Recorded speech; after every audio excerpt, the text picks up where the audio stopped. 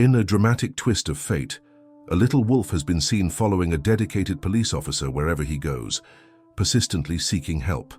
But when the officer finally discovers the heartbreaking reason behind the wolf's relentless pursuit, he is overwhelmed, breaking down in tears. What secret could this tiny creature possibly be trying to reveal? Officer Ryan had always been a steady, reliable presence in his small town, known for his calm demeanor and his unwavering commitment to keeping the community safe. Every day, he patrolled the quiet streets and familiar neighborhoods, confident in the routines of his job. However, one chilly autumn evening, as the setting sun cast long shadows over the town, something unusual began to happen. While on routine patrol, Ryan noticed a small, scruffy wolf trotting alongside his patrol car. At first, he assumed it was just another wild animal in need of care, or perhaps a stray wandering off the beaten path. But as the days turned into weeks, it became clear that this little wolf was not merely passing by. It was persistently following him, appearing at every turn and even waiting outside his station after his shifts. The wolf's eyes, full of a deep, unspoken plea, seemed to silently beg for help.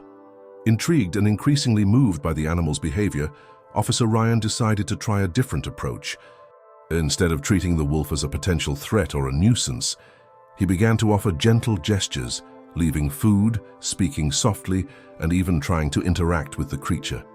Slowly, the little wolf started to show signs of trust, growing bolder as it followed him into the station and even lingering near his car. The officer, a man who had faced countless emergencies with stoic resolve, found himself unprepared for the surge of emotions that the wolf's unwavering loyalty stirred within him.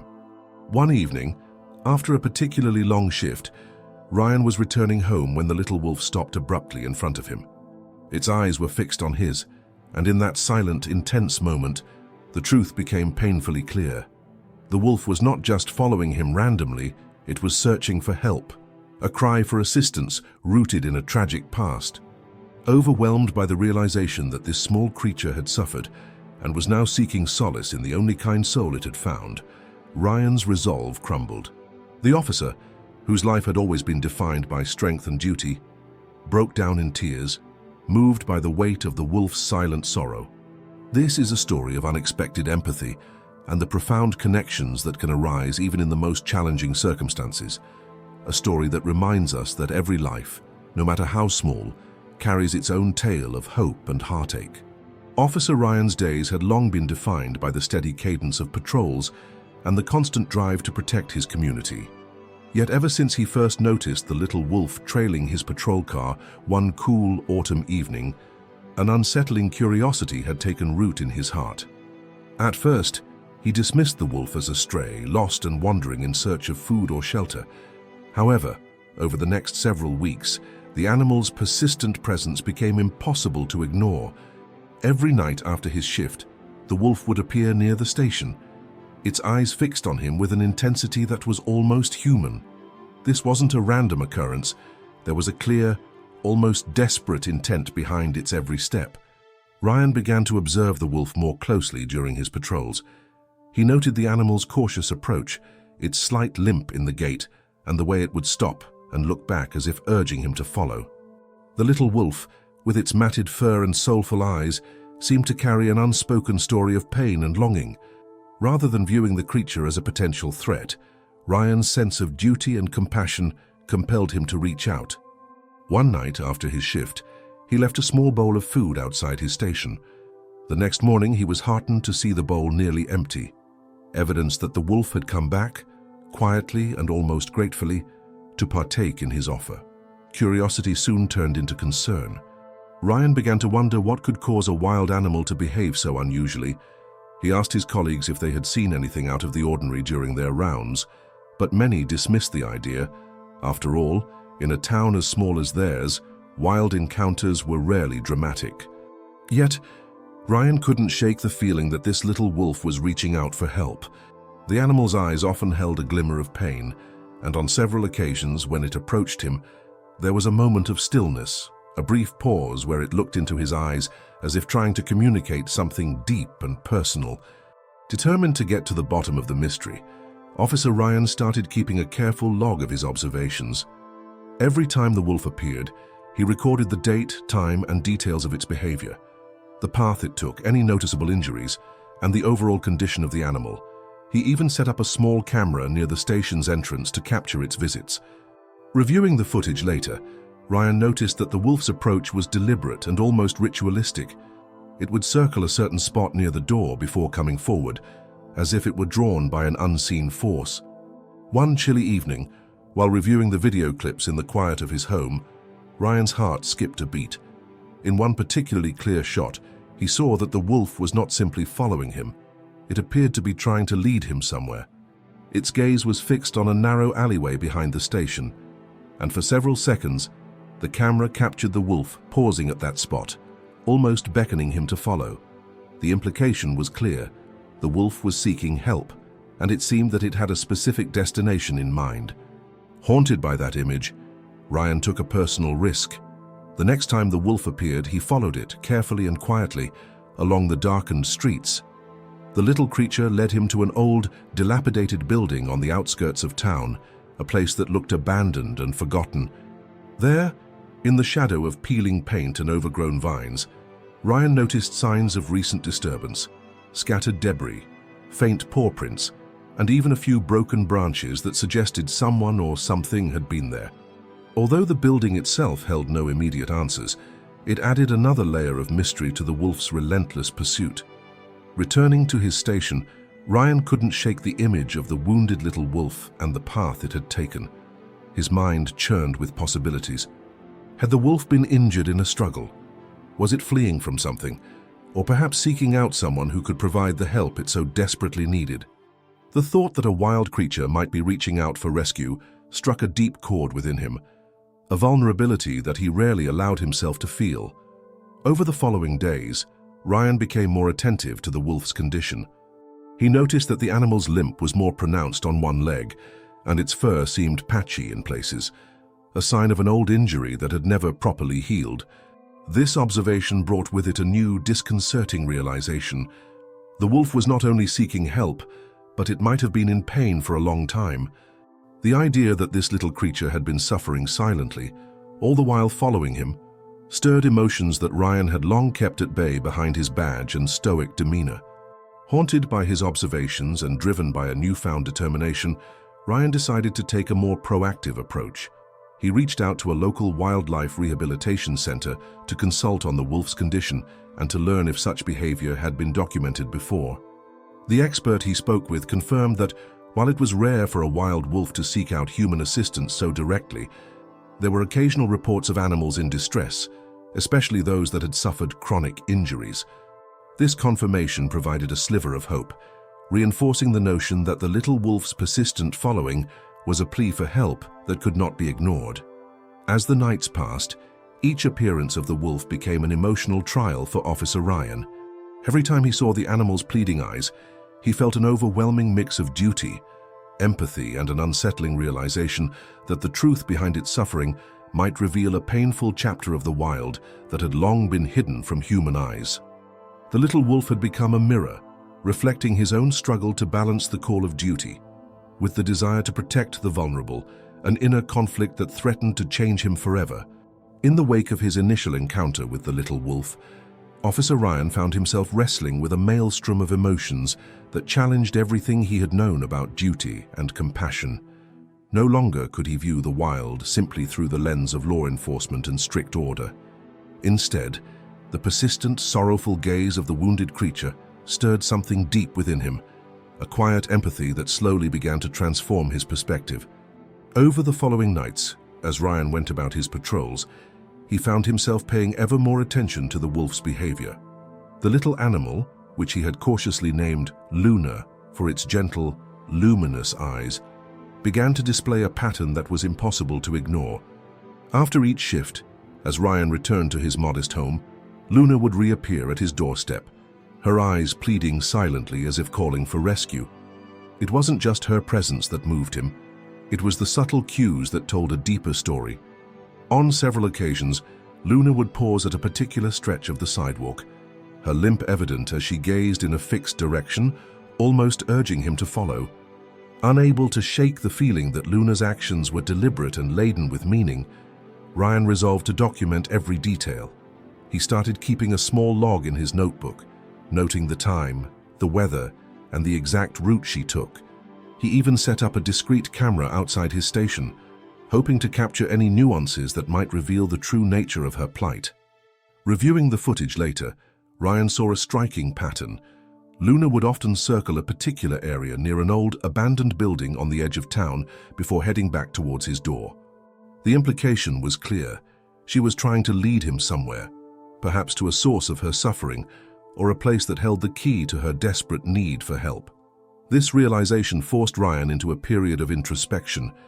Late at night, after his official duties had ended, he found himself lingering outside his station, waiting for Luna's arrival with a mix of anticipation and trepidation. In those quiet moments, the steady rhythm of her gentle barks and the soft pad of her feet became a language of its own, a language that spoke of hidden wounds and unspoken pleas for care. The more he observed her, the more Ryan's hardened exterior began to crack.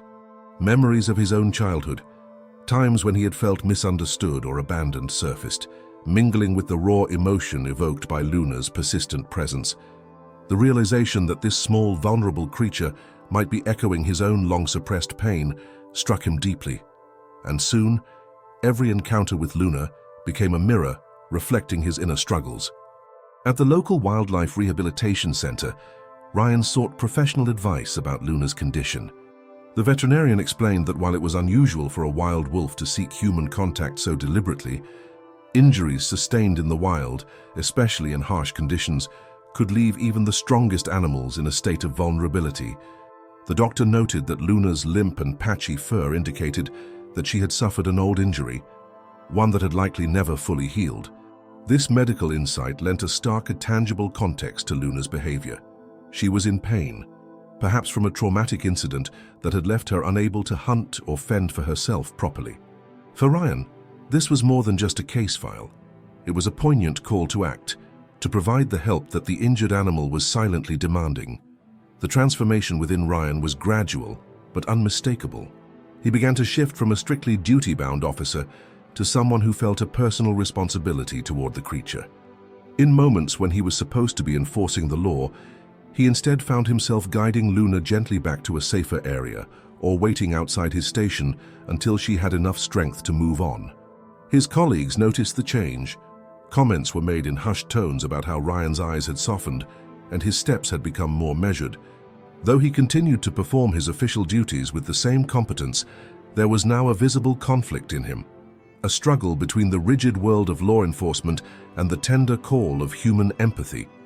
This internal conflict reached a tipping point one cold, starry night when Luna did something unexpected. As Ryan sat alone in his car after a long shift, Luna emerged from the darkness and, for a moment, rested her head on his lap. In that silent, intimate moment, the barrier between man and wild seemed to dissolve. Overcome with emotion and the realization that he could no longer ignore the pain mirrored in her eyes, Ryan broke down in tears. The tears were not just for Luna, but for himself, a cathartic release of years of repressed sorrow and the burden of living a life that had grown increasingly disconnected from the very essence of compassion. In that heart-wrenching instant, Ryan understood that he was not simply a guardian of public safety. He was also a guardian of hope, a protector of the fragile ties that bind all living beings together. Haunted by the image of Luna's gentle eyes and the silent plea they conveyed, Ryan resolved that his journey was far from over. He began to see that helping Luna might unlock a deeper truth, a mystery that connected the wounds of the wild with the healing power of compassion. The more he delved into this unexpected bond, the more he realized that his transformation was not a departure from his duty, but an evolution of it. It was an evolution that challenged him to reconcile his own vulnerabilities with the strength required to be a true protector.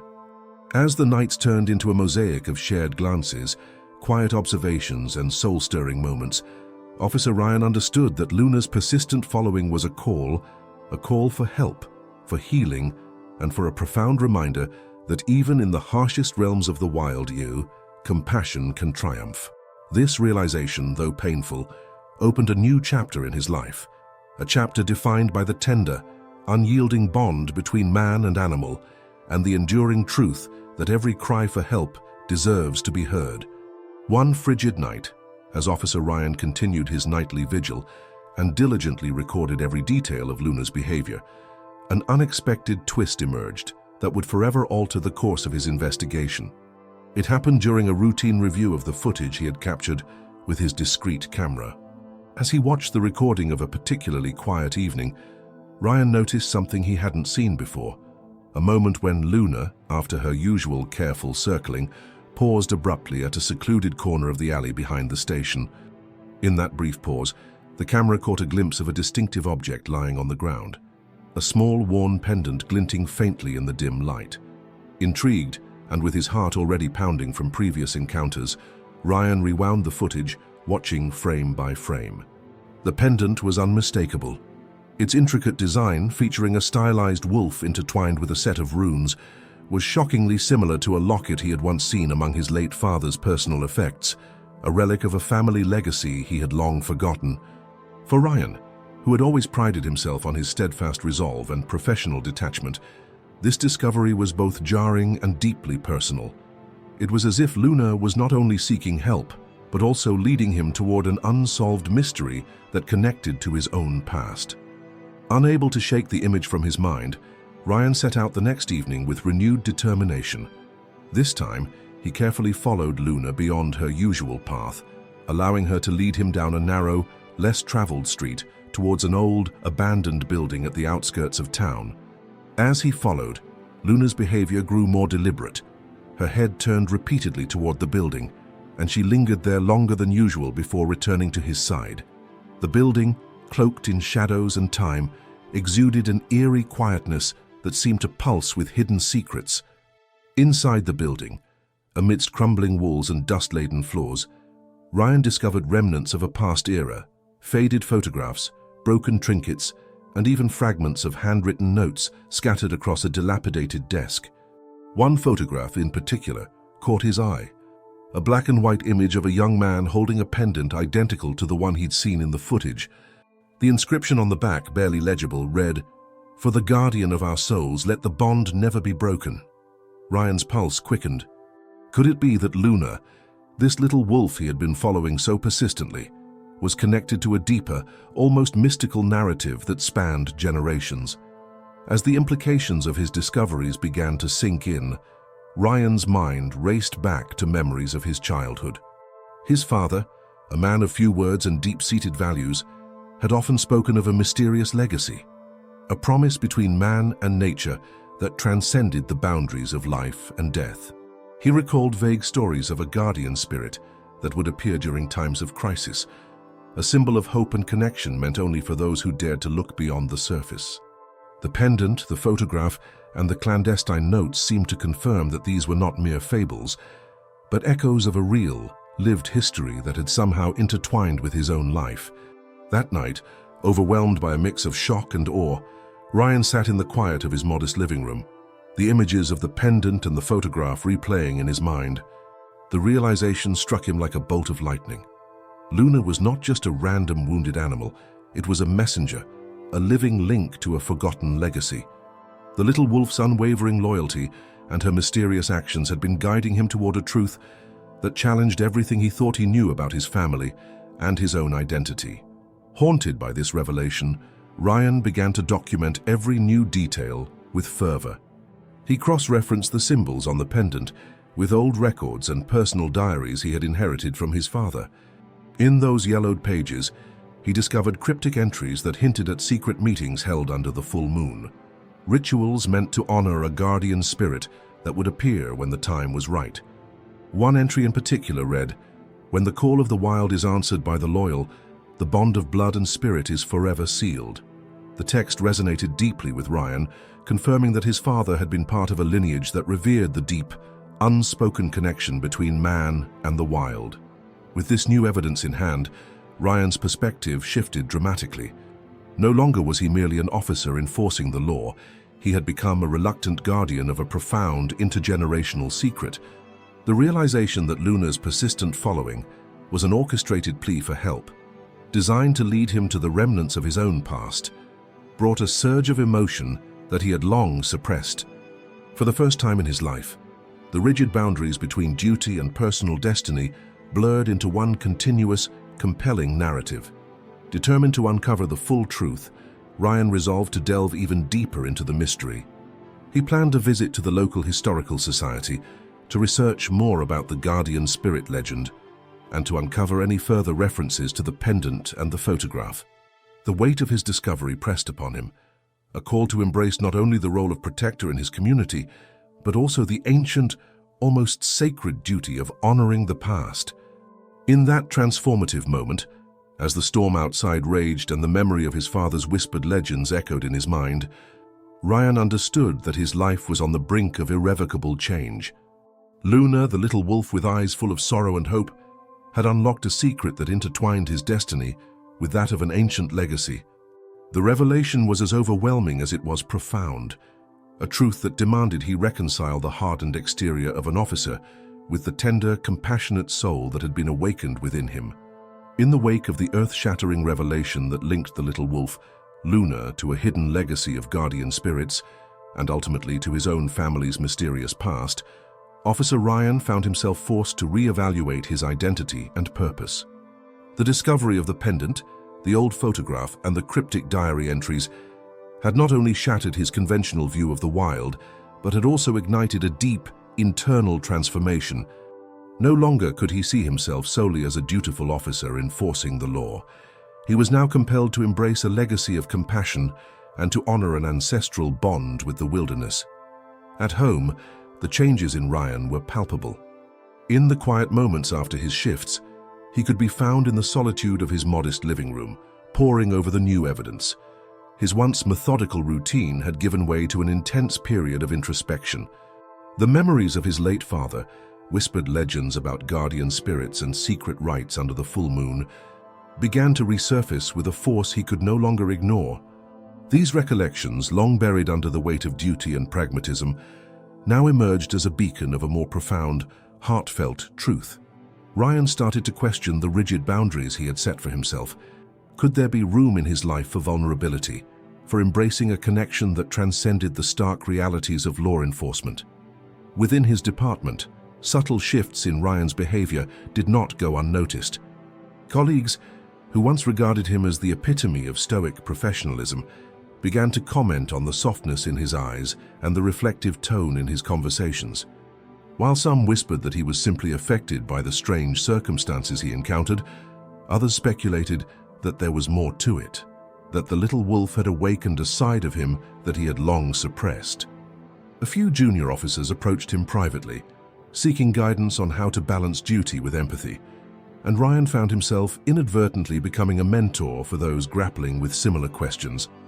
His transformation, though quietly unfolding, was slowly reshaping the culture of the department, suggesting that even the most hardened individuals could find a pathway to compassion.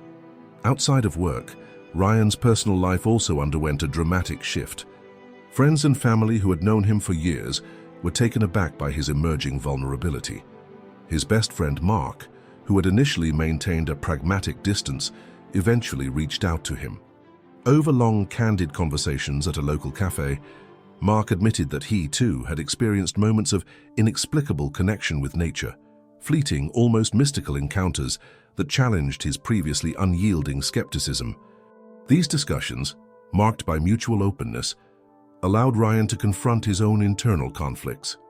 He began to see that the transformation he was undergoing was not a betrayal of his past as a dedicated officer, but rather an evolution toward a more integrated self, one that could honor both the call of duty and the tender pulse of human empathy. The community, too, responded in unexpected ways. As rumors of the mysterious little wolf and its persistent following spread throughout town, local residents began to recall stories of guardian animals from their own pasts. In hushed conversations at the diner or during evening walks, people recounted tales of supernatural sightings and unexplained phenomena, stories that had been dismissed as mere folklore until now. An elderly neighbor, known for her vivid recollections of bygone days, spoke of a time when a small wounded wolf had been seen as a symbol of hope during a severe winter, bringing comfort to a distraught community. Such shared memories lent credence to the idea that Luna was more than just a stray in need. She was a living manifestation of an ancient, enduring legacy. However, not everyone was ready to embrace these revelations. Some residents, clinging to a strictly rational worldview, expressed unease over what they considered to be the romanticizing of wild encounters. They argued that the insistence on supernatural interpretations undermined practical realities and the need for order. This divide in public opinion further complicated Ryan's internal struggle. He now had to navigate the duality of his own transformation while addressing the skepticism of a community caught between tradition and modernity. As Ryan continued to document his experiences on his blog, the influx of supportive comments from individuals who had encountered similar phenomena online provided a counterbalance to the more dismissive voices. These shared experiences, laden with both wonder and sorrow, deepened his resolve and reaffirmed that his journey was part of a larger tapestry, one that interwove personal redemption with a communal awakening to the mysteries of the wild. In the quiet hours of the night, when the world outside was still and the only sound was the soft rustle of leaves and the distant call of a wolf, Ryan would sit by his window, lost in thought. He reflected on the profound changes in his life and the undeniable pull of a legacy that he had only just begun to understand. The little wolf's relentless following had shattered the boundaries between duty and destiny, forcing him to confront his own inner wounds and the need for healing, a journey that was as much about the heart as it was about the law.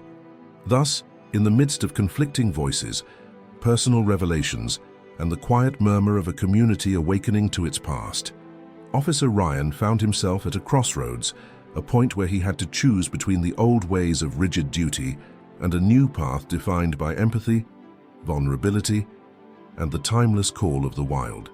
In the days that followed the shocking unveiling of Samuel's hidden confession, the Henderson family found themselves grappling with more than just the raw pain of the revelation.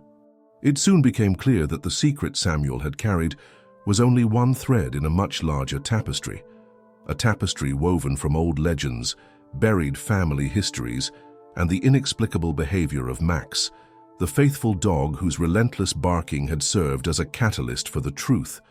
At first, the focus was on the immediate implications of the confession.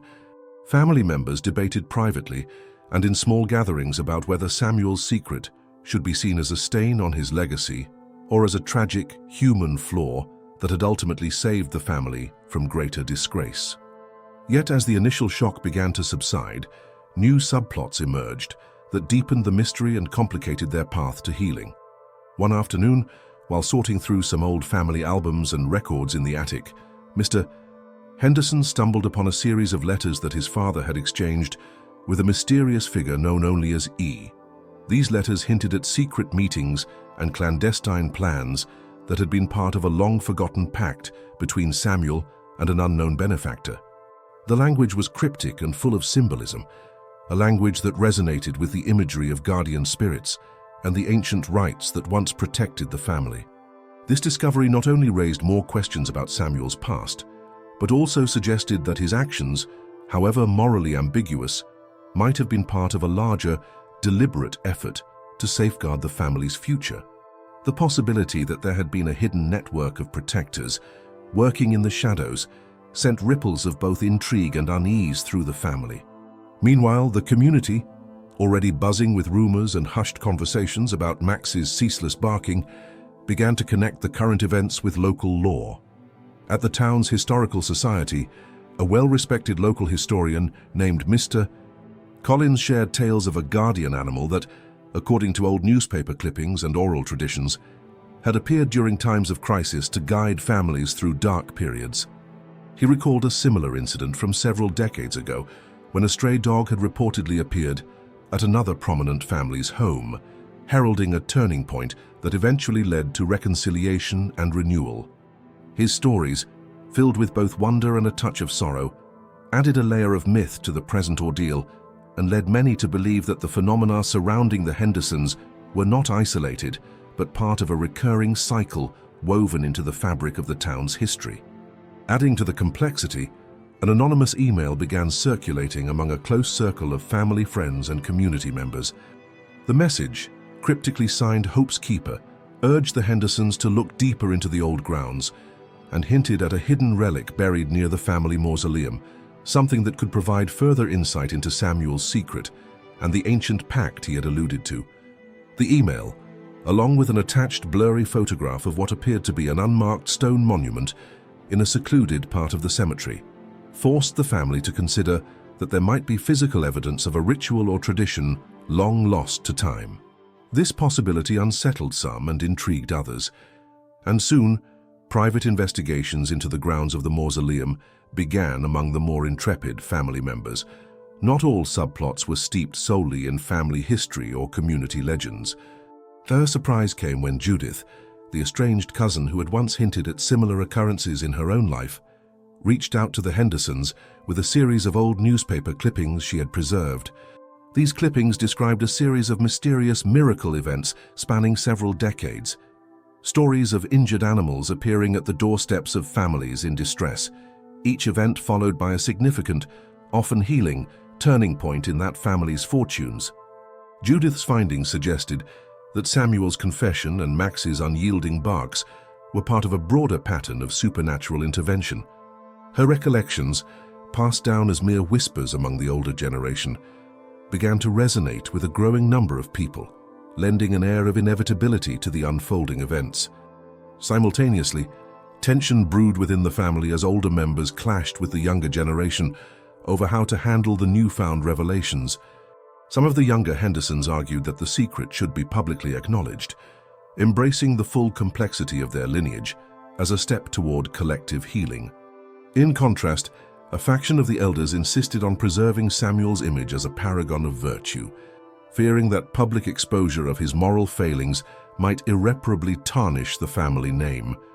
These internal disagreements, marked by passionate debates at family dinners and private, tearful conversations, created an atmosphere of uncertainty and division that threatened to widen the rift just as the community itself was beginning to engage with the mystery. In the midst of these multifaceted challenges, Max's behavior continued to serve as a poignant reminder of the unresolved truth. Neighbors reported that on certain nights, the dog's barking seemed to intensify near specific areas of the cemetery, areas that, according to some of the anonymous messages, might hold hidden relics or inscriptions related to the family's ancient pact. Each new observation added another piece to the puzzle, urging the Hendersons to delve even deeper into the forgotten corners of their history. As all these subplots began to converge, the secret letters, the historical records, Judith's clippings, community legends, and the mysterious anonymous messages, the Hendersons were forced to confront a larger, more challenging question. How do you reconcile a legacy that is as much about honor and redemption as it is about hidden transgressions and unhealed wounds? The realization that the fate of their family might hinge on unearthing these long-suppressed truths filled them with both trepidation and a desperate hope for reconciliation. In quiet moments of reflection, as they pored over old documents and re-examined treasured photographs, the family slowly began to see that the mysteries surrounding Samuel's life were not meant to divide them, but to heal them. Every new clue, every shared memory from the past, underscored the importance of embracing both light and shadow as essential parts of their heritage. And as Max continued to bark faithfully into the night, his voice a steady drumbeat against the silence of the mausoleum, it became increasingly clear that the journey to uncover the truth was only just beginning. A journey that would demand even greater courage, unity, and a willingness to confront the intricate interplay between myth and memory. In the turbulent days following the shocking revelation from Samuel's hidden confession, the atmosphere around the Henderson family shifted into a complex web of emotions and conflicting reactions. Not only did the unveiling of the secret force each family member to confront their own memories and ideals, but it also stirred a broader dialogue within the community about legacy, forgiveness, and the nature of truth.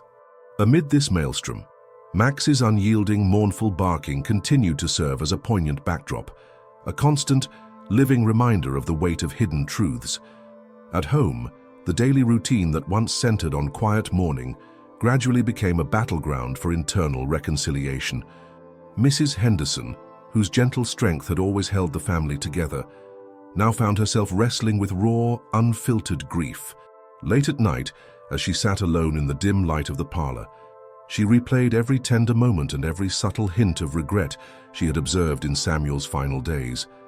The sight of Samuel's secret letter, once a devastating blow, now opened a window into the complexity of his humanity. A man who had loved deeply, but also borne the unbearable burden of a moral compromise. Each tear that fell became an acknowledgement that even the most revered figures are flawed, and that true healing comes only when all parts of a person's legacy are accepted. Mr. Henderson, too, was deeply affected. As the eldest son, he had long strived to maintain an image of strength and honor in the face of adversity, but the revelation forced him to confront the duality of his father's character. In quiet moments in his study, surrounded by faded photographs and relics of a bygone era, he pored over Samuel's confession with trembling hands. The words on the page stirred a painful dissonance. The man he had idolized was also capable of secrets that could shatter long-held illusions. Torn between preserving an idealized image of his father and embracing a more complete, albeit imperfect, reality, Mr. Henderson experienced a profound internal conflict that left him questioning the very nature of legacy and honor. Meanwhile, within the extended family circle, tensions simmered as differing perspectives emerged during intimate gatherings. At a small family dinner, held in the warm glow of a single chandelier, cousins and siblings gathered to share their recollections of Samuel's life. For some, the confession was a devastating blow, a stain on the memory of a man they had revered as infallible. One cousin, voice thick with emotion, insisted that the secret should be kept hidden to preserve the sanctity of Samuel's public image. Others, however, argued passionately that the truth, no matter how painful, was essential for genuine healing. "We cannot heal if we continue to hide the truth," one relative declared, her eyes shining with determination. These conflicting opinions sparked heated debates, with long simmering resentments and old wounds resurfacing. In these moments, the family was forced to confront the reality that their shared history was far more complex than the simple narratives they had clung to for years. Beyond the immediate family, the community's reaction added another layer to the emotional landscape. Local neighbors, who had long regarded the Hendersons with a mix of respect and reserved distance, began to offer their own interpretations of the unfolding events. At the town diner and during impromptu conversations on quiet street corners, whispers spread about the mystical significance of the loyal dog, Max. Some elders recalled similar incidents from decades past, stories of a guardian animal that had appeared in times of great loss to herald reconciliation and renewal. These anecdotes lent a folkloric dimension to the tragedy, suggesting that Samuel's confession was part of a broader, almost mystical pattern woven into the fabric of the community's collective memory. However, not everyone was convinced. A few skeptical voices argued that such tales were nothing more than sentimental myths, meant to mask the harsh realities of human frailty. Amid these external debates, David Chi, the family friend and chronicler, continued to document every nuance on his blog. His posts, raw and introspective, captured not only the factual details of the confession and Max's behavior, but also the emotional undercurrents that rippled through the family and community. In one particularly poignant entry, David wrote about how Max's persistent barking seemed to be a direct response to the unspoken pain within the family, a cry that echoed the longing for truth and reconciliation. His narrative resonated with readers who had experienced similar internal battles, further fueling a wave of empathy and shared vulnerability across the online community. The convergence of these diverse interactions began to challenge the Hendersons to redefine their legacy. They started to question whether the idealized image of Samuel as an unblemished hero was sustainable, or whether true honor lay in embracing the full spectrum of his humanity, both his virtues and his mistakes. This internal struggle was mirrored by the community's own conflicted responses, as people wrestled with the tension between preserving a sanitized past and acknowledging the painful truths that might ultimately lead to healing. In the midst of these emotional conflicts, Max's behavior provided an almost tangible symbol of the unresolved truth.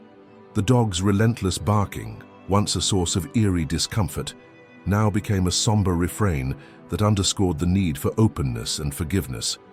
Every time Max barked, it was as if he was urging the family to unburden themselves of the weight of hidden secrets and to allow the light of truth to mend their fractured hearts. In this crucible of pain and possibility, the Henderson family slowly began to see that the journey toward healing required embracing both the light and the dark of their history. The complex interplay of personal guilt, communal memory, and the raw expression of loyalty in Max's cries forged a path that, though steeped in sorrow, held the promise of redemption. It was a realization that the true measure of legacy was not found in perfection, but in the courage to confront and reconcile the imperfections of the past.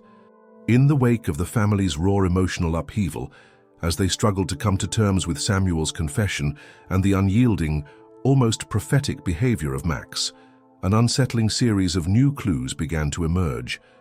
Late one stormy night, while the Hendersons sat in the quiet after a particularly charged family meeting, Mrs. Henderson noticed a faint, flickering light in the graveyard adjacent to the family mausoleum.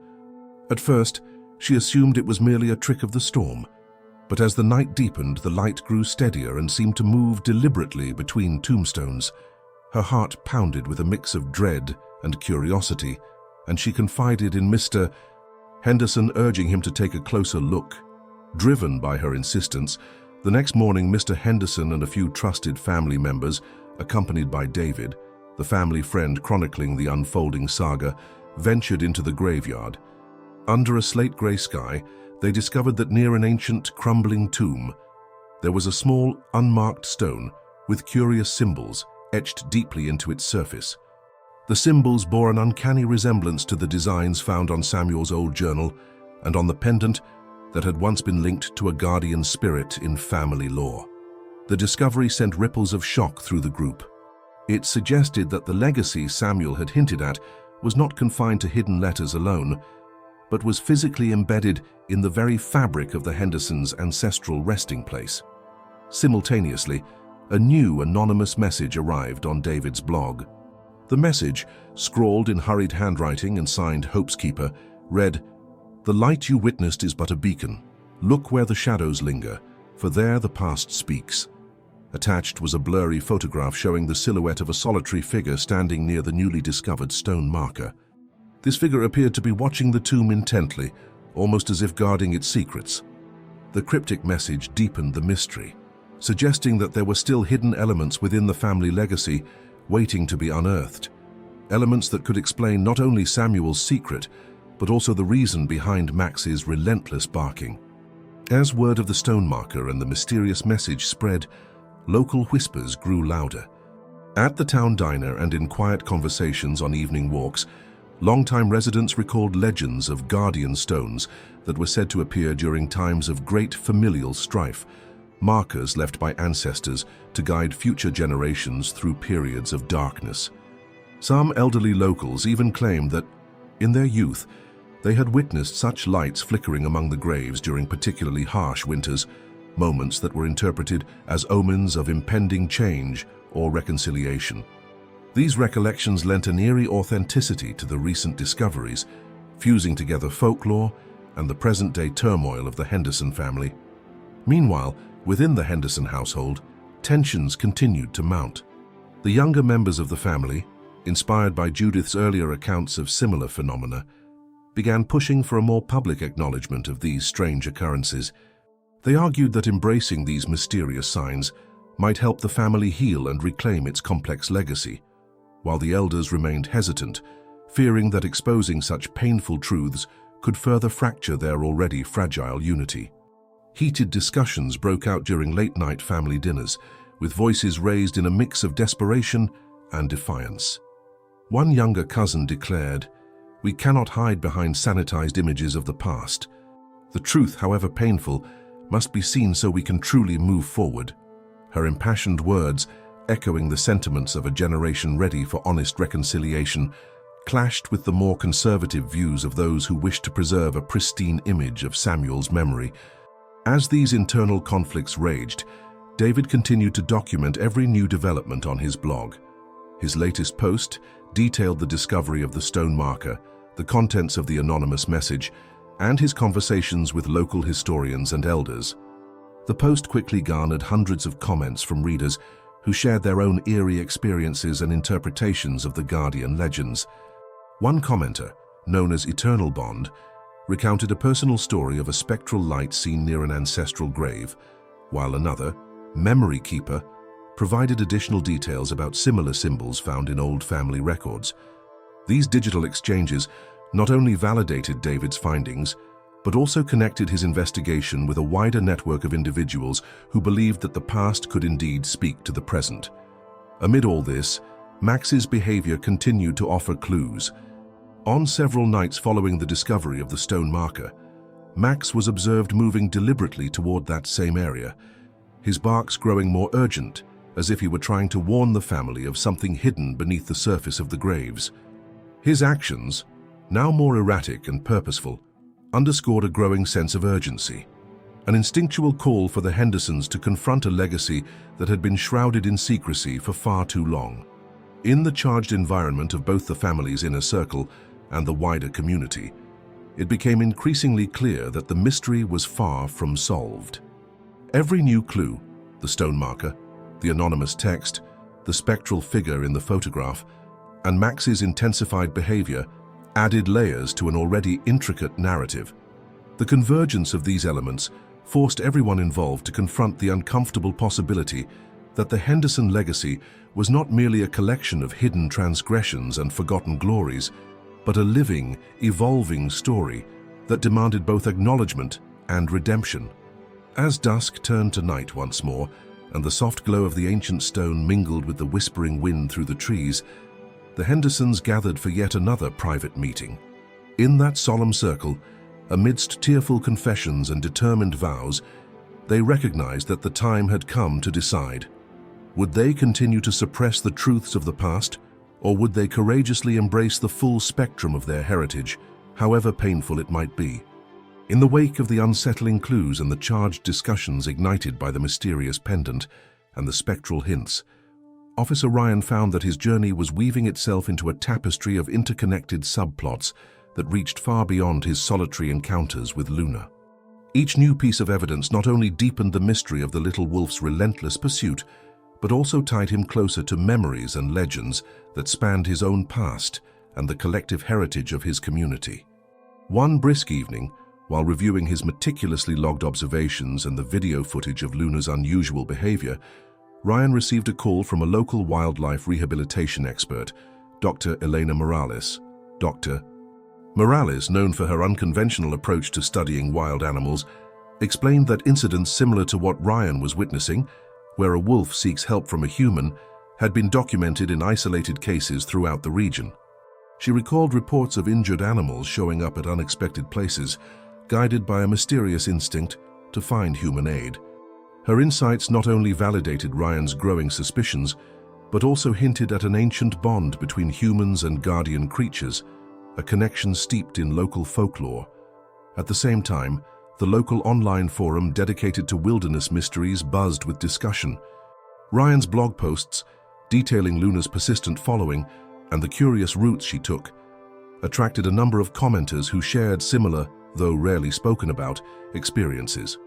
One user, Wild Whisperer, recounted an eerie encounter with a small wolf that had appeared during a family crisis, offering a quiet, almost ethereal companionship that transformed a moment of despair into one of hope. Others mentioned old legends of a guiding wolf that would appear to those destined for a turning point in their lives. The growing digital chorus began to form a supportive network of individuals who believed that these events were more than chance. They were the echoes of an ancestral pact between man and the wild. Meanwhile, within the precinct, subtle shifts in camaraderie and conversation became apparent. Some junior officers, inspired by Ryan's willingness to look beyond the rigid confines of duty, began sharing their own personal stories of inexplicable encounters with nature. Over coffee in the break room, one young officer confided that during a late-night patrol, he too had seen a lone wolf with an intensity in its eyes that suggested it was trying to communicate. These shared experiences lent Ryan a sense of solidarity and slowly began to reshape the department's culture from one solely of enforcement to one that recognized the wild's enigmatic influence. Back on the streets, local residents continued to observe Luna's behavior with increasing fascination. A retired schoolteacher, Mrs.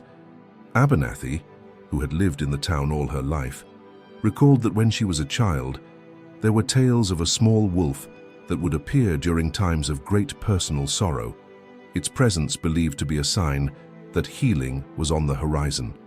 Her recollections, shared with an air of wistful nostalgia at a community meeting, reinforced the idea that Luna's appearance was not a mere aberration, but part of a recurring, almost ritualistic phenomenon. Even within Ryan's own family, discussions turned more philosophical. His younger sister, who had always been more attuned to the emotional nuances of their upbringing, urged him to explore the possibility that Luna's persistent following might be tied to a deeper personal journey, a call to reconcile the hard-edged duty he had embraced with a softer, more intuitive side. "Maybe," she suggested gently, "this isn't just about helping an injured animal, it's about healing parts of yourself that you've long locked away." Her words resonated with Ryan, prompting him to reflect on his childhood memories of nature walks with his father, when the forest had felt like a place of endless wonder and hidden secrets. As these myriad threads began to converge, Ryan also received another anonymous message, this time in the form of an old, scanned letter attached to an email. The letter, written in flowing, almost poetic script, spoke of a time when guardian wolves were revered as protectors and guides. It described how a wounded wolf, following a noble officer, had once led a family through a period of darkness, ultimately uniting them in a shared quest for redemption and understanding. The letter ended with the words, "The wild never forgets, and those who heed its call shall find the path to healing." This enigmatic message struck a chord deep within Ryan, affirming that his experiences with Luna were part of a timeless tradition, a legacy that transcended the immediate realities of law enforcement and touched on something primordial. Amid these developments, Ryan's daily encounters with Luna grew increasingly poignant. On several nights, as he parked his car and stepped out into the crisp air, he noticed that the little wolf would sometimes stop at the side of the road, as if gazing toward an unseen horizon. This recurring behavior seemed to mirror the very essence of the anonymous letter, a silent beckoning to seek a deeper truth hidden in the shadows of the past. The more Ryan observed, the more he came to understand that Luna's actions were both a plea for help and an invitation to explore the mystical interplay between duty and destiny. With each passing day, as the digital stories, personal recollections, and cryptic messages wove together, Ryan found that the lines between professional responsibility and personal destiny blurred. The quest to help Luna had morphed into something far more profound, a journey of self-discovery that challenged him to redefine what it meant to protect and serve. It was a call to embrace the wild, not just as an officer of the law, but as a guardian of deeper truths, an embodiment of compassion that bridged the human and the natural. As the weeks passed and Officer Ryan's observations of Luna became increasingly detailed, the tension in his life and in the community began to mount. What started as a curious anomaly had evolved into a profound mystery that challenged his professional detachment and stirred deep, personal emotions. Luna's persistent, sorrowful presence, the deliberate patterns in her behavior, and the cryptic clues she unwittingly revealed through her actions were now converging into a single, inescapable question. Why was this little wolf seeking help from him? The mounting evidence brought internal conflicts to a head. Ryan's logbooks and video footage chronicled a clear pattern. Each time Luna approached his station or followed him home, she exhibited signs of pain, a slight limp, a hesitancy in her steps, and moments where her eyes would fixate on a particular, hidden route. These observations unsettled him. They hinted at a deeper story, one that suggested Luna was not simply a stray lost in the wilderness, but a wounded soul with a hidden past. This realization shook Ryan to his core. For a long time, he had prided himself on his ability to maintain professional distance, but now he found his heart aching with a need to understand and to heal. During a particularly bitter cold night, After reviewing footage that showed Luna pausing at a narrow alleyway, Ryan was confronted by a sharp internal dilemma. His training and his badge had taught him to see wild animals as either threats or mere curiosities, not as beings capable of reaching out for help. Yet, Luna's behavior was too deliberate to ignore. That night, as he sat in the quiet of his car after his shift, he remembered the image of Luna gently resting her head on his lap, a moment of vulnerability that shattered the barriers he had built over years of rigorous duty.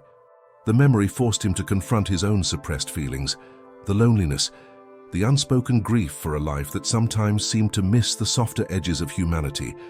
It was in this moment that the conflict within him reached a critical point, a crossroads where the call of duty clashed with the call of compassion. The mounting internal strife was mirrored by external pressures. Local media had begun to take note of the unusual case of the little wolf, and a growing online community was buzzing with theories and shared experiences. Some of his colleagues at the precinct, initially dismissive of what they called emotional interference, started to wonder if perhaps there was more to nature's signals than they had ever admitted. A junior officer even approached Ryan one evening, hesitantly asking if the wolf's behavior might be a sign of something deeper, a question that Ryan could barely answer, caught between his professional obligations and the raw, transformative power of empathy. Meanwhile, at a community meeting organized by local wildlife advocates, voices grew loud in debate.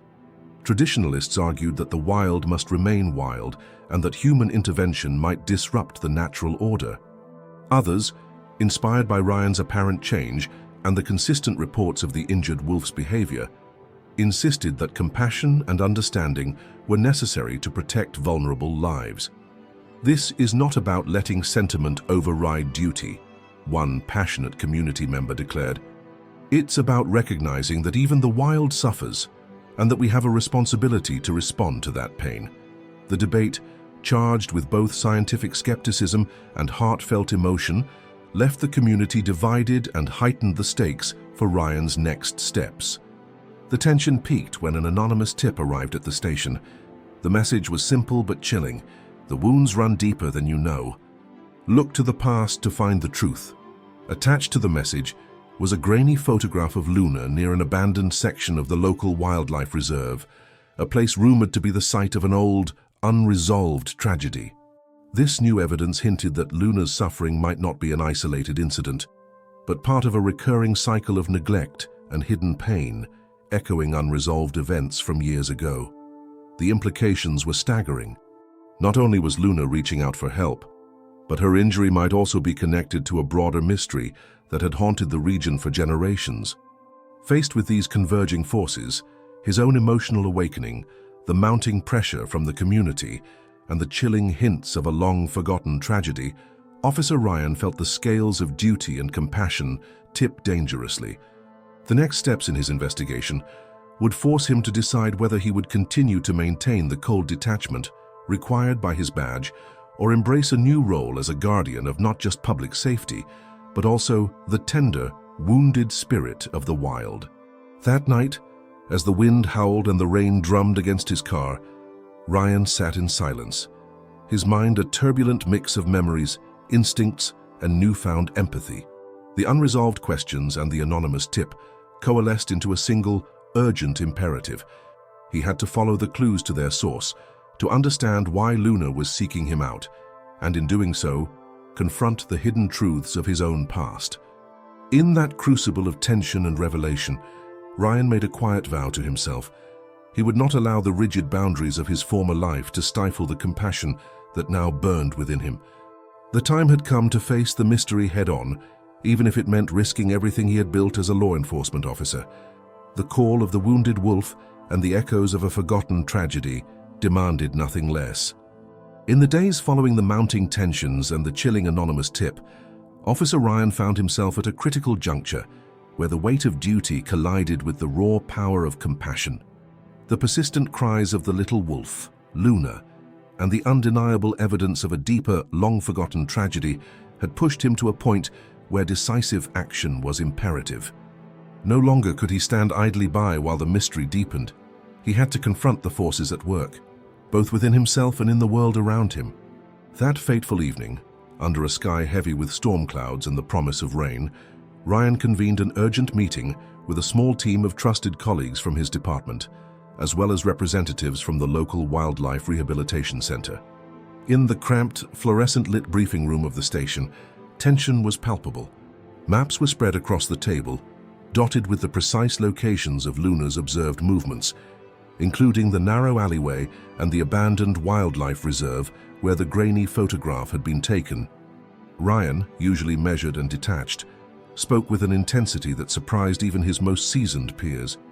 "We're not just dealing with a stray wolf," he began, his voice steady but laced with emotion. "Luna's behavior is too deliberate. She's trying to tell us something. The anonymous tip, the consistent pattern of her movements, and the signs of a deeper injury all point to an unresolved tragedy that has haunted these lands for years. We have a responsibility to uncover the truth." His words hung in the air as his colleagues exchanged uncertain glances.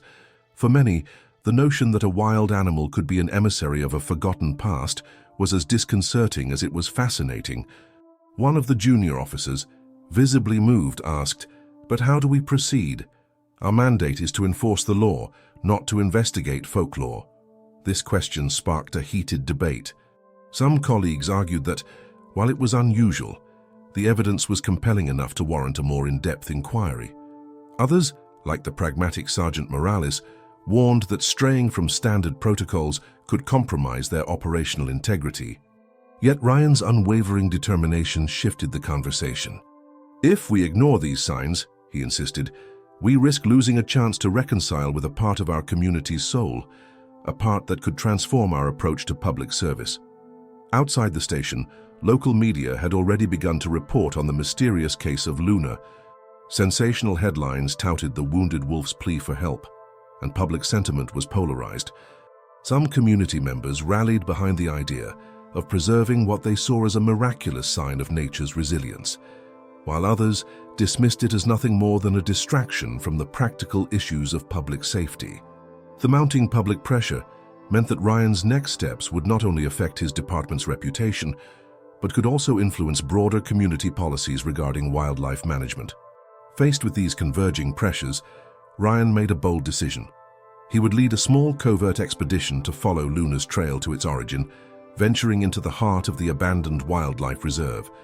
He knew that if he could uncover the circumstances surrounding Luna's chronic injury, he might finally bridge the gap between modern enforcement and the mystic legacy hinted at by the anonymous messages. In a late-night briefing, he outlined the plan: a carefully coordinated patrol with a select team of officers and a wildlife expert from the rehabilitation center. Their mission was to document any evidence of past disturbances, capture clearer images of the trail, and, if possible, locate the source of Luna's suffering. The decision was met with mixed emotions. Some officers expressed concern about the risks of venturing into the remote, potentially dangerous terrain, while others, inspired by Ryan's passionate plea, volunteered their support. In the midst of this internal conflict, Ryan received another anonymous message, this time urging him to heed the call of the wounded and uncover the truth beneath the silence. The message, concise yet powerful, reinforced his conviction that he was on the cusp of a breakthrough. That night, as the team assembled at the edge of the reserve under a moonless sky, the air was charged with anticipation. The expedition began quietly, and with Cian leading the way through dense brush and over rugged terrain. Every step was fraught with uncertainty, yet each movement brought them closer to the hidden truths that had haunted the community for decades. Ryan's eyes remained fixed on Luna, who trotted ahead with an almost deliberate purpose. The sound of her soft paws on the leaf-littered ground, combined with the low murmur of the wind, created an atmosphere of both suspense and reverence. As they reached a secluded clearing near the remnants of an old stone structure, the team discovered evidence that would forever alter their understanding of the case. Faded markings carved into the stone, remnants of old rituals, and scattered artifacts hinted at a time when guardian animals were not merely subjects of legend, but revered symbols of protection and hope. The implications were staggering. Luna's injury, and indeed her persistent following of Ryan, might be linked to an ancient pact. a sacred tradition that had once bonded the people of this land with the wild. In that moment, the tension reached its peak. Ryan's heart pounded with a mixture of fear, determination, and a burgeoning sense of destiny. The convergence of modern duty and ancient legacy, the clash of empirical evidence and whispered folklore, forced him to confront the very essence of his identity. He realized that this was no longer just an investigation. It was a personal crusade to reconcile the hard-edged reality of law enforcement with the tender, often hidden, truths of the wild. Standing amidst the relics of a forgotten era, with the silent witness of his team around him, and Luna's soft eyes reflecting a story of pain and hope, Officer Ryan vowed to uncover the full truth. The journey ahead would be perilous, straddling the boundaries of modernity and myth, but it was a path he was determined to follow.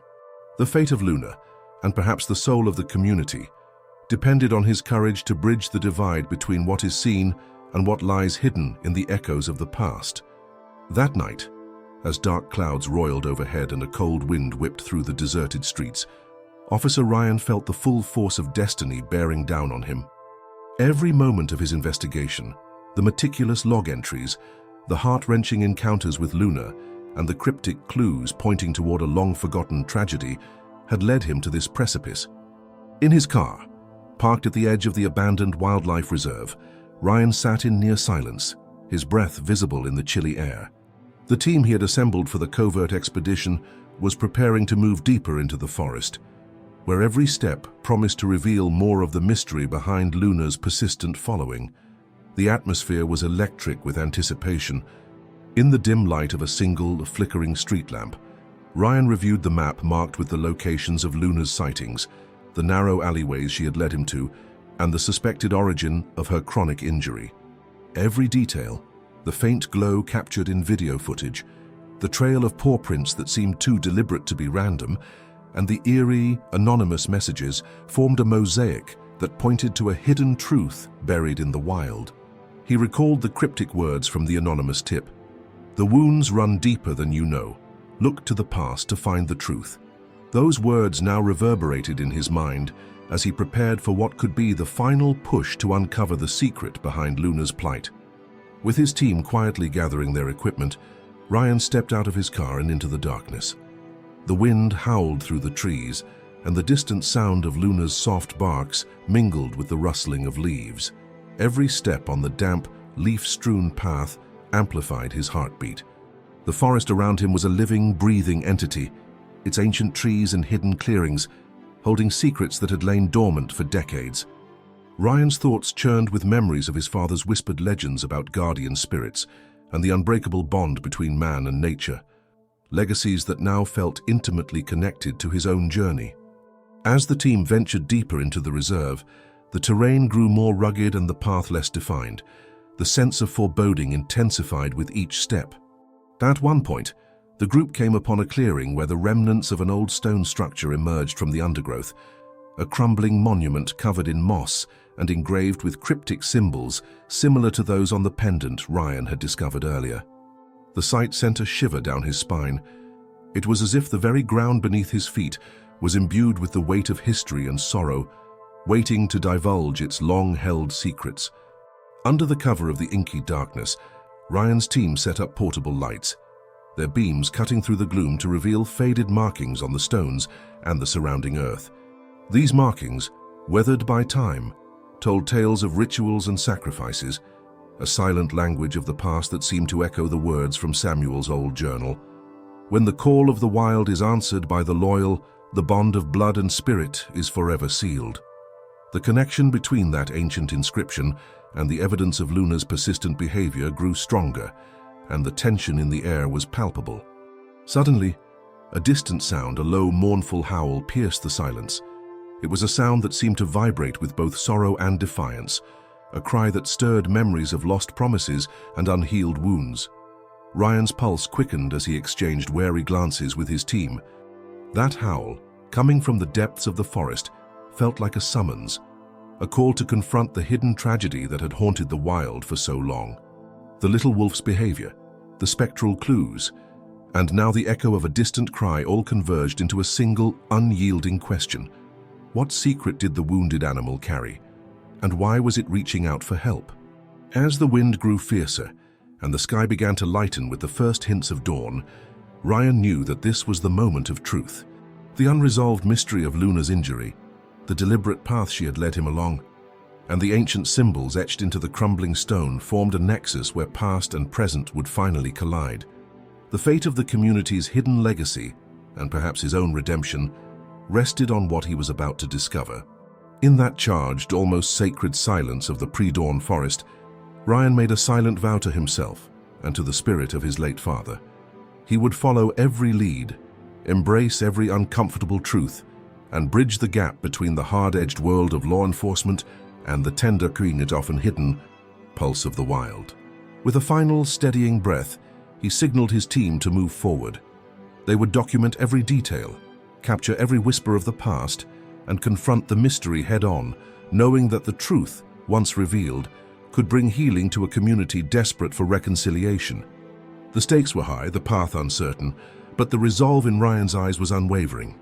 The climax of this long, emotional journey was at hand, and as the first light of dawn broke through the remnants of the storm, every heartbeat, every whispered secret of the forest, and every cry of the wounded wolf converged into one powerful moment.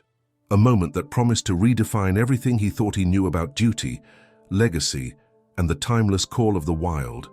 That night, as a fierce autumn storm raged outside and darkness cloaked the quiet town, Officer Ryan felt the full weight of destiny upon him. Every clue, every silent plea from Luna had led him to this single heart-pounding moment, a moment when the boundary between duty and destiny blurred into one overwhelming truth. Under a sky split by jagged flashes of lightning, Ryan and his team ventured deep into the abandoned wildlife reserve, guided by Luna's trail and the cryptic hints he'd painstakingly gathered over weeks. The air was electric with anticipation, each step forward echoing with memories of whispered legends and his father's long-forgotten words about guardian spirits. As they navigated the narrow, leaf-strewn path, Luna led them toward a secluded clearing where the remnants of an ancient stone structure loomed like a silent sentinel over the past. In the clearing, the old stones bore faint carvings, symbols that glowed softly in the intermittent light of the storm. These symbols, which matched the intricate design on the pendant Ryan had discovered, told a story of rituals and ancient pacts. It was as if the very earth was imbued with the legacy of those who had once revered the wild and the mysterious forces that bound them to it. Ryan's heart pounded with the realization that the truth behind Luna's suffering and her relentless following was intertwined with a sacred tradition, one that had endured through generations. Suddenly the wind shifted, and a profound, almost otherworldly silence fell over the clearing. In that charged stillness, Luna stopped at the base of a massive, gnarled oak that towered above the stone structure. Her eyes, usually filled with a desperate plea, now shone with an intensity that seemed to pierce through the veil of time.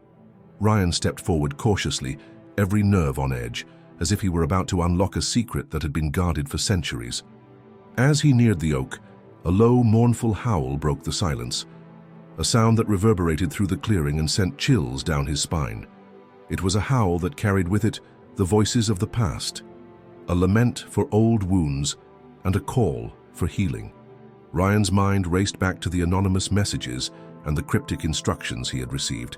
Follow the call of the wounded, and you shall find the path to redemption. The howl, mingled with the soft patter of rain and the distant rumble of thunder, confirmed that this was the moment he had been waiting for. With a deep, steadying breath, Ryan knelt beside Luna. In the faint glow of his flashlight, he saw her injured leg, a persistent limp that had haunted her every step. But now, more than ever, he felt compelled to ease her pain. He gently cradled her head, and as if in response, her eyes met his with an almost human clarity. In that silent exchange, Ryan understood that Luna's relentless pursuit was not merely an animal's cry for help. It was a message of profound sorrow and enduring hope. The little wolf, vulnerable yet determined, was a living embodiment of the wild's resilience, a symbol urging him to embrace the softer, often hidden side of his own humanity. Then, as the wind howled louder and the first rays of dawn began to pierce the darkness, something extraordinary happened. The ancient oak, standing as a timeless guardian, suddenly seemed to come alive. Its bark, weathered by countless seasons, appeared to shimmer with an ethereal light, and the carvings upon it glowed as if ignited by a hidden fire. In that surreal moment, Ryan heard what he could only describe as a chorus of whispers, a gentle murmur that seemed to rise from the very ground beneath him, speaking of lost promises, redemption, and the healing power of truth. Overwhelmed by the magnitude of the moment, Ryan's eyes filled with tears. He realized that the truth behind Luna's suffering, the deliberate trail she had led him on, and the spectral echoes of his father's long-forgotten legends were converging in this one, transcendent instant. The guardian spirit that his father had once spoken of, the symbol of compassion hidden in every mark on the oak, and the steadfast loyalty of Luna all merged into a single, potent call to action. In that climactic instant, as the storm subsided and a soft golden light began to bathe the clearing, Ryan made a silent vow. He would no longer allow the rigid confines of duty to stifle his compassion. Instead, he would honor the ancient legacy of the wild, a legacy that demanded not only protection, but also a deep, heartfelt empathy for every wounded soul. As he stood there, with Luna's gentle eyes locked on his, he felt a profound transformation stirring within him.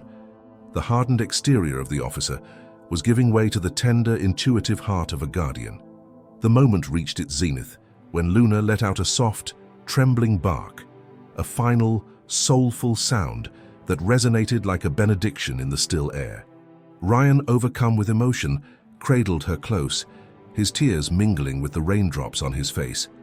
In that powerful, raw moment, he understood that his journey was not about enforcing the law, but about healing the silent wounds of a world too often indifferent to its own sorrow.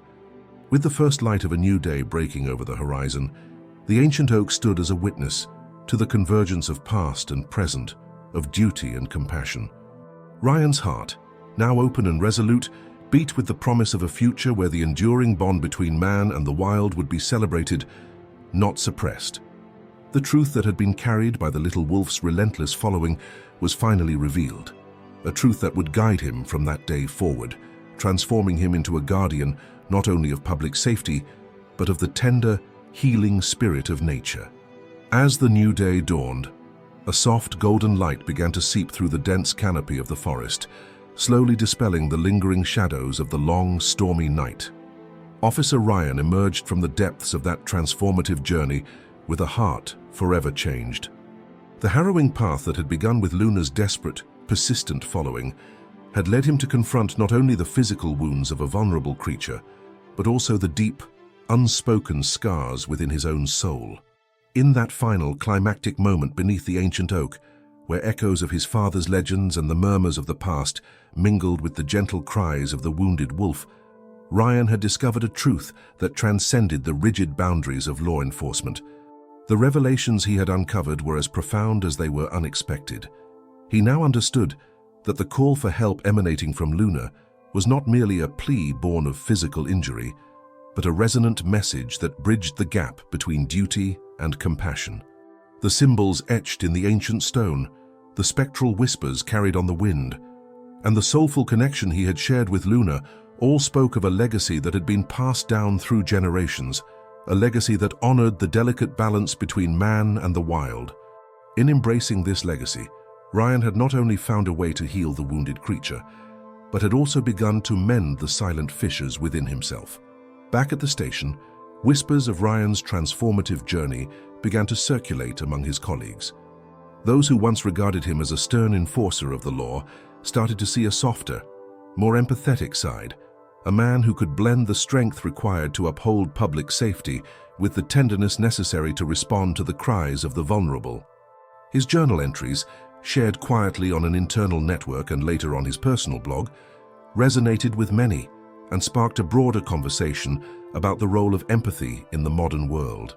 The story of Luna, the little wolf with eyes full of sorrow and hope, had become a symbol of the power of compassion, a reminder that even those dedicated to protecting society could benefit from embracing their own humanity. In the community, the impact of Ryan's journey rippled outward. Neighbors, inspired by his willingness to follow his heart, began to share their own stories of unexpected connections with the natural world, tales of guardian animals, inexplicable encounters, and moments of quiet redemption that had once seemed like mere folklore. Local media, which had initially treated the story with a mix of skepticism and sensationalism, gradually shifted their narrative to celebrate the profound bond between man and nature. What had once been seen as an anomaly was now recognized as a testament to the enduring truth that compassion can bridge even the most formidable divides. As the weeks passed, Officer Ryan dedicated himself to ensuring that Luna received the care she needed. Each step of her slow recovery reinforced his belief that this journey was not just about saving a single life, but about honoring an ancient pact, a sacred duty to protect the vulnerable and to keep alive the legacy of those who had come before. The experience had taught him that true strength lies not in the unyielding enforcement of rules, but in the capacity to empathize, to listen to the silent pleas of nature, and to act with both conviction and tenderness. Now, with the soft light of dawn casting a hopeful glow over the landscape, Ryan stood at a crossroads. He had become more than an officer. He had evolved into a guardian, a protector of not only public safety, but also of the delicate, healing power of empathy. The echoes of the past, embodied in Luna's gentle eyes and the ancient symbols that adorned the forest, promised that even in a world dominated by modern imperatives, there was still a place for the old, enduring truths of compassion and connection. Thank you for joining us on this deeply moving journey of transformation and hope. If Officer Ryan's story and his unwavering commitment to honor the call of the wounded have touched your heart, please subscribe to our channel, like this video, and share your thoughts in the comments below. We invite you to reflect on the profound impact that compassion and empathy can have on our lives. Stay tuned for more stories that illuminate the timeless bonds between man and nature, and let's continue to embrace the power of kindness as we forge a future built on both strength and tenderness.